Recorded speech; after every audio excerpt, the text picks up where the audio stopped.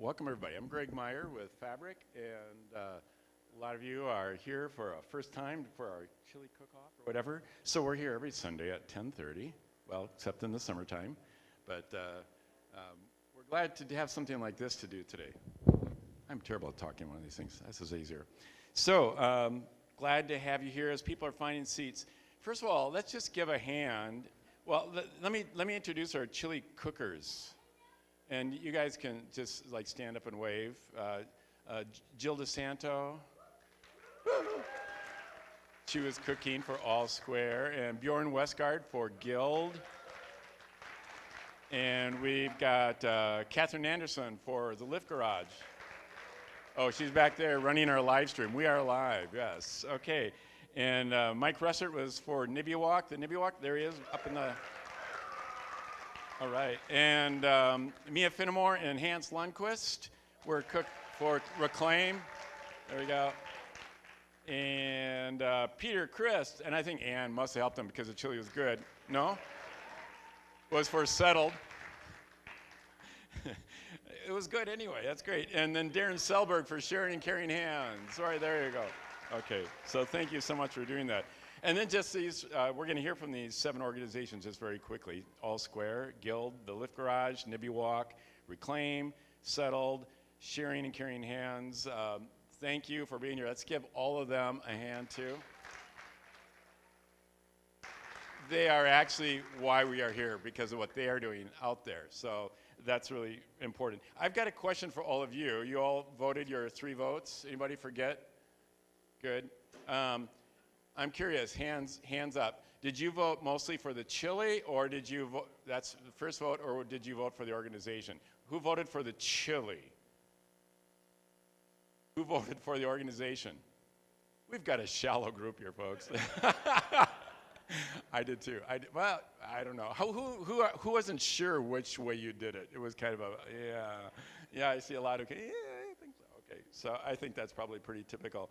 This is our first year to do this, so we're just kind of trying things out, trying to start slow and figure out how to do some of these things. But thank you to all of the people who made this chili and for you for showing up, but mostly for the organizations that are making a difference in our community for people who really need that difference being made to them. Those people, those organizations are weaving the social fabric so people aren't falling through it. And that's what we're about. So any way that we can keep moving that forward. And we hope all of these organizations sort of stick in your head so you're aware of them and they can be on your radar. So you share their story with others as well. I want to invite each group up just to let us know a little bit about them. Sometimes we have someone from the organization or just someone who has been connected with them and is going to speak to it. So Melissa Locke is representing All Square here. And Jill, come on up. Thank you. Yeah. So. I'm not going to say anything. Okay. You're here for color. So Melissa, tell us what is All Square? Okay, All Square has a lot of layers, but the way I learned about it is because I love a good grilled cheese sandwich.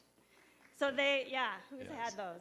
A lot of you said you've been there. They have a restaurant on Minnehaha and 41st, and the restaurant is run by fellows of the All Square Fellowship, and by the way, All Square folks are on a well-deserved holiday break this week, but send their thank yous and hello and say, come on over and eat. So they have a fellowship program for people who have been incarcerated, and they are invested in their hearts, their minds, their lives.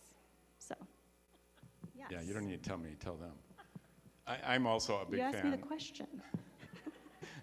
Melissa,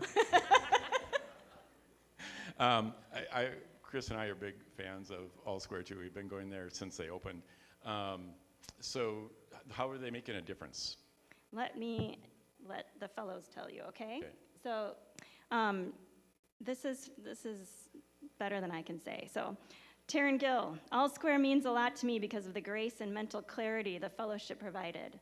Not only did I have a year of solid employment, but I also had a dedicated day to my personal and professional development, which helped me to focus and better myself and my relationships, new and old. And there's more. I'm highlighting a couple of these. To put it simply, they want the best for you and yours without the bullshit bias. It is naturally genuine love. And Aubrey Marshall, she says, I became involved with All Square at such a critical time in my life. The fellowship provided structure, promoted healing, and gave me a safe place to pursue my dreams. I am forever grateful for the investment. And then Ragni Parker says, the All Square Fellowship has put my future and my business into perspective. It has also helped me realize that I have a future despite my criminal record, and my life matters. And I encourage you to read more of these, but I want to give time to everyone. She ends with, they have really given my life purpose. I can't wait to be part of what they all accomplish next, which I do want to tell you about what's next with All Square. So what is next, and how can we be involved other than donating? Yeah, so what is one new thing? So they invest in our bellies and in each other individually, but also in our community by investing in people who are starting new businesses. One of their fellows just started a new catering company. And they also invest systematically with their new venture called Prison to Law Pipeline. And so people who are incarcerated can start working on their law degree while they're still in prison and come out ready to serve from their perspective of firsthand, being impacted by the system. And that's a real gift to all of us, I think, to helping heal our systems and make them work better. It's fantastic. So. There is a QR code right there if someone wants to make a further donation. There's also some cards that'll be at the table. Katie, where you want to wave your hand up there? Yeah, there's some cards up there where you can scan a QR code and make a donation. You can certainly just Google All Square. Yeah, You'll know I how think to do the that. best way we go there and eat and meet people and read their books, read about the stories of people and learn and recommend it to the people you know. Well, Jill and Melissa. Always shared this idea that it should work better than it does. Fantastic. Thanks Thank for you. supporting them and bringing them to our attention.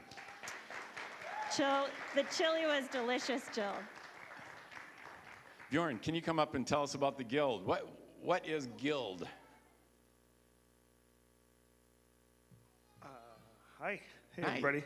This is Bjorn Westgard. Guild, so Guild originally started in St. Paul and is now across the 7-county metro, providing services for people with persistent mental illness. And it's a range of things that they do, but where I have come across them as an emergency doc is working with folks with serious persistent mental illness who are having issues with housing or employment, and they really work on getting people into those and helping them maintain them so that they can have sustainable lives out in community. Yeah, that is important. The sustainable part is a really, really big one. How can we be involved and support the work of Guild other than donating? Well, there is multiple ways there, but really I think being aware of the resources and knowing that you can contact anybody from Guild at a moment's notice for anybody with mental health issues. And they can work on all of those facets. Again, they have expanded into the 7-county metro. We're used to thinking about, crisis organizations being in the heart of the cities. But really one of the things that is necessary now is that all of the communities surrounding St. Paul and Minneapolis are recognizing the need for those services in their own communities. There are ways to volunteer on their website. But I think just being aware of those resources, they are very cognizant of how to work the system. And so they can, they're largely self-sustained, but they do really important work. I see it for folks who show up in the emergency department over and over again and are really without any resources. I have seen people go from being on the streets to employment and housing such that they will never need to talk to anybody again about either of those elements. That's fantastic. Yeah.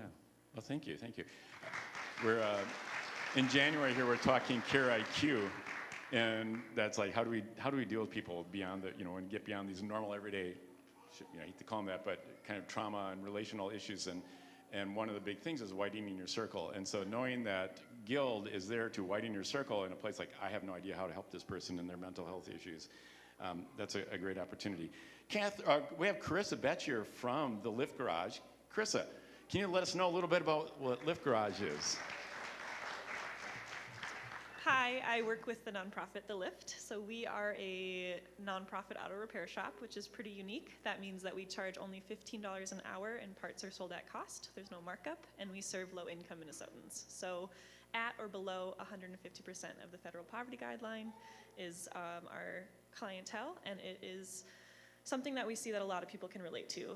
Transportation issues, car repair issues is common. So this is a way to reach folks who wouldn't otherwise have the opportunity to have access to transportation.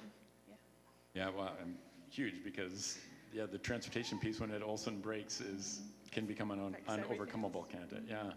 So how can people be involved with the work of the Lift other than just making donations? Yeah, so we have a couple opportunities. You can volunteer with us, and so we have events, and since we are a nonprofit, we do fundraising and things like that. So we have different events, and we also have a shop that we like to maintain and clean. And then there's also some opportunity if you have technician background or automotive experience, you can volunteer as a tech as well. So that's one of the ways. And then another is just knowing that transportation is a barrier for a lot of folks. And so when that gets taken away, that can ripple effect into work or going to the doctors or even your family. And so just knowing that we are a resource that others can use, and when you go to the car shop and it's really frustrating and it's a terrible situation, we try to be as barrier-free and as holding people's dignity with them at all times. So, right. Yeah. So when this person's car is broken down, you don't know how you can help them. There's a way you can help them. Yes. You can connect them with Lyft. And I think you can donate a car too. Yeah, right? so we can take the car through a different organization that will turn it into a financial donation. So we Okay. won't return that car into a customer, but we will work with that car. All right. So you're a go-to for that, though, Yes, to yeah. figure that out, that next step. That's fantastic. Financial donations are welcome, though, of course, as well. And Yeah. thank you for supporting with your chili purchase today. QR code up there and also on that card by Katie for all of them. So thank you very much. Thanks. All right. Mike is here with Nibby Walk, something that, as Fabric, we have participated with a couple of times. So some pretty good stuff here with your Shiitake Happens. Yes. Tell us about Nibby Walk. Yeah, wow. So Nibby Walks has been one of those kind of life changers for me in that, I don't know, maybe you've ever felt disconnected from yourself or spirit or from the land or from your neighbor or the person you're sharing your house with. And engaging with Sharon Day in Ojibwe ceremony and being welcomed into this ritual, as a descendant of settlers here, just the grace in that, but then also the power that comes when ritual is connected to earth and water and what's in front of us. And it was a profound spiritual experience. And hey, water's life. So to see these grandmothers, actually they have a Lake Superior water walk coming up again soon. They're going to be all over the U.S. They're going to be in North Carolina soon. I mean, these women are walking bodies of water all over the country, and it's just powerful stuff. So a Nibby Walk is basically a water walk. Yeah, thank you. Yeah, Nibby is the Ojibwe word for water, and it's Ojibwe ceremony, which is led by women for the water in their tradition, and they walk the length of a body of water, and every step is a prayer. So, yeah, really powerful stuff. We had the privilege to walk from Lake Minnetonka to the Mississippi River along Minnehaha with them, and not only was a walk enlightening and enjoyable, but the spiritual component of so reweaving ourselves with this created world that we're in. For sure. So How can we be one thing you involved? can do other than donating is say thank you to the water today and get in those practices. Just saying thank you when you see a body of water, when you take a sip of water, you know, like, so reconnecting our body to relationship with the earth and the water and all that's here, all our relatives. Yeah. Okay. Thanks, great. Yeah, and look up those walks and go on one with them, Yeah. or it's part of it. All right, thanks, Mike. Ryan Fouts is the executive director of Reclaim, and Ryan, tell us a little bit about Reclaim. And Sure. Good afternoon, everybody. So Reclaim is a nonprofit, and our mission is to increase access to mental health care for queer and trans youth so that they might reclaim their lives from oppression in all of its forms. So we are one of Minnesota's only organizations that provides financially accessible, specialized mental health care focused specifically on queer and trans youth ages 12 to 25. We provide individual therapy, we have gender exploration groups for youth, we have a BIPOC support group for young adults, we provide parent and caregiver support and training, and do a lot of community-based outreach and education in the community to increase overall effectiveness and service for queer and trans youth and queer and trans people in general. wow, that's amazing and a lot of work that probably needs a lot of support. So how can people be involved other than just donating? Yeah, so certainly we have a number of opportunities to volunteer, both one-time opportunities. We also have ongoing opportunities in our offices, helping support our front desk, managing various development and administrative tasks with us.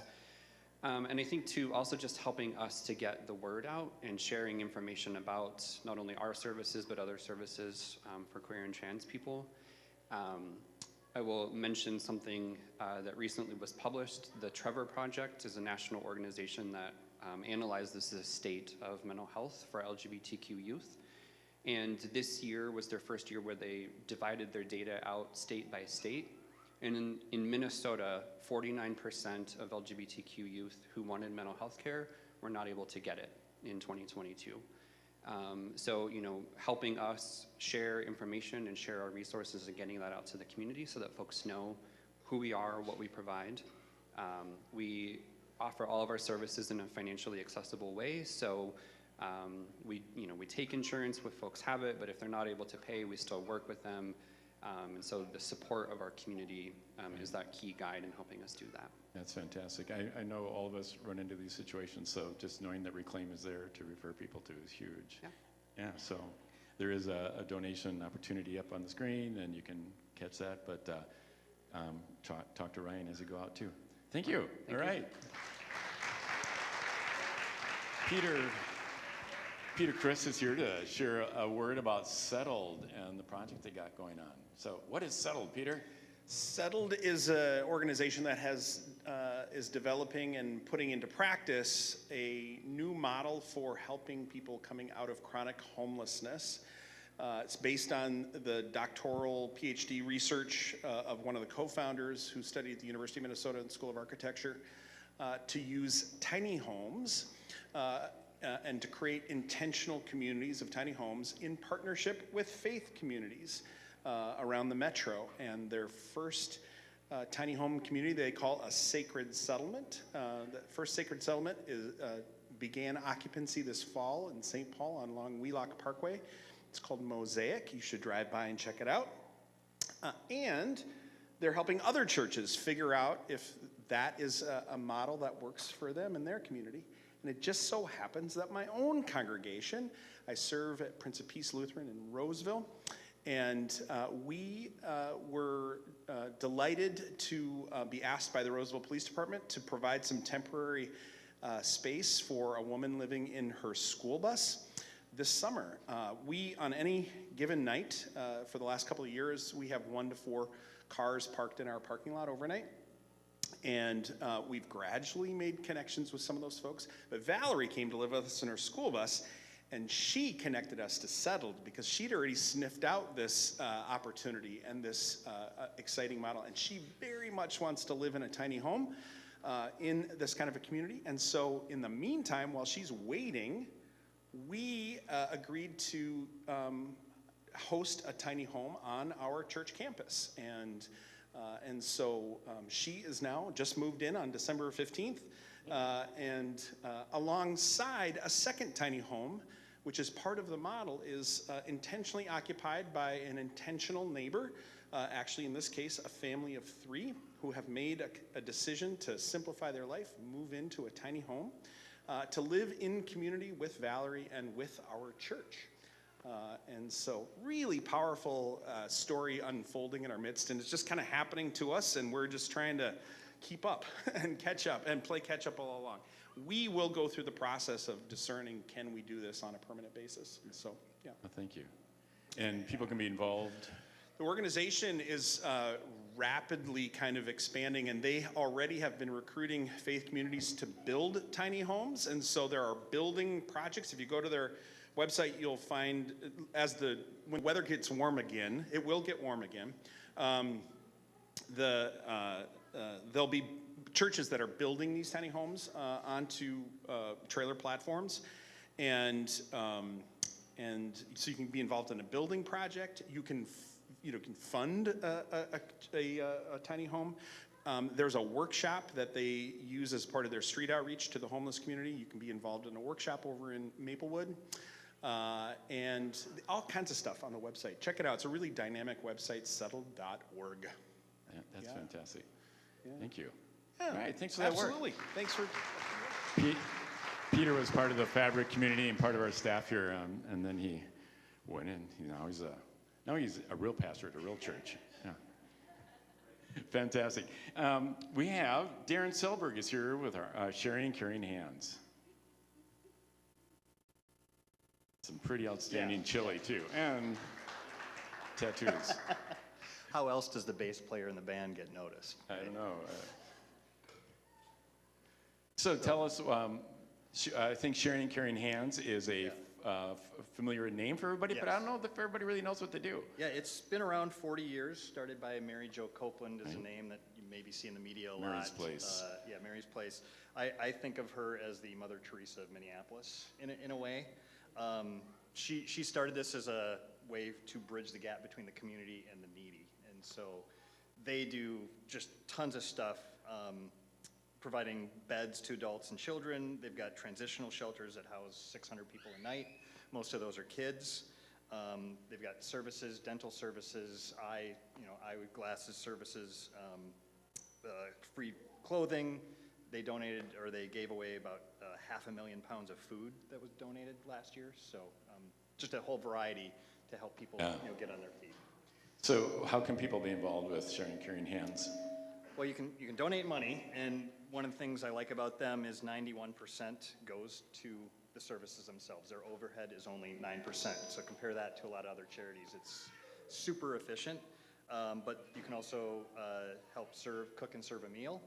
Or if there's any dentists or optometrists out here, you can donate your services for that as well. You can donate goods, used eyeglasses, mattresses, gently used mattresses, things like that, clothing, they'll take it all. So if you have questions, just give them a call and see if they can use it. Exactly. Right, fantastic. Thank you, Darren. So thank you for not only coming and tasting the chili, but sticking around and hearing a little bit about this. And I think we're going to find out how our winners did. So and I went around to a couple of them and said, the only thing better than your chili is the organization you're representing. And I think that's true. The only thing better than the chili we all tasted is the work that these folks are doing. So you just have results? I have results. Okay, just one second. Just to let you all know, so everything that you're paid to come in, or hopefully you made that donation, everything is just going all to these nonprofits. Any expenses are just, we're just taking care of those ourselves. And every organization gets at least $350. That's built into the project. So, and the people who did the cooking, I mean, they made the chili, right? Yeah. So, thank you. So on. First, we have the checks to award. Here. Why don't you walk right Okay. First, we have the checks to award for our honorable mentions, of course. Hello. So $350 going to Sharing and Caring Hands.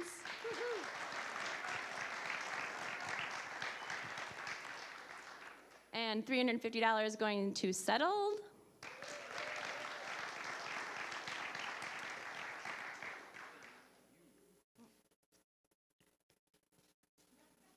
And $350 going to the Lift Garage.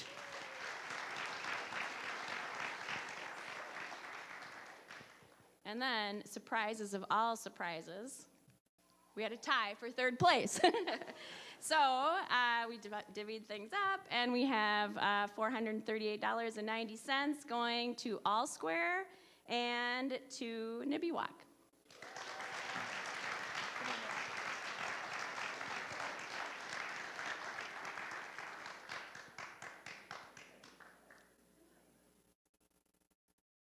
All right, and second place went to the Guild.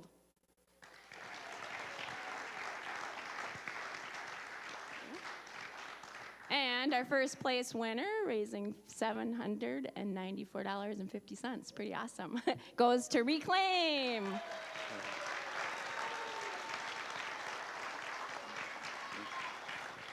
Thank you, Heidi. That's fantastic. So well, let's just give all the cookers and the organizations just one more big round of applause.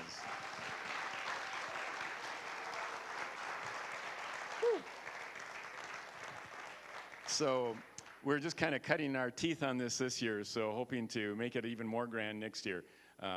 So you might be thinking like, how do I want to be a part of this and bring an organization or be part of a chili cooking team or something like that. So we'll be thinking about that for next year. But in the meantime, happy old year and happy New Year starting Monday or starting tomorrow morning, I guess. That's right. So, is that really that fast? Okay. So thanks so much. We're glad you're here, and watch for this event again next year. Next year, New Year's Eve is on a Sunday morning, so that's kind of perfect. We'll be doing this again, and we're going to be starting Care IQ here on the Sunday after that. So everybody, have a good, safe New Year's, and we'll see you.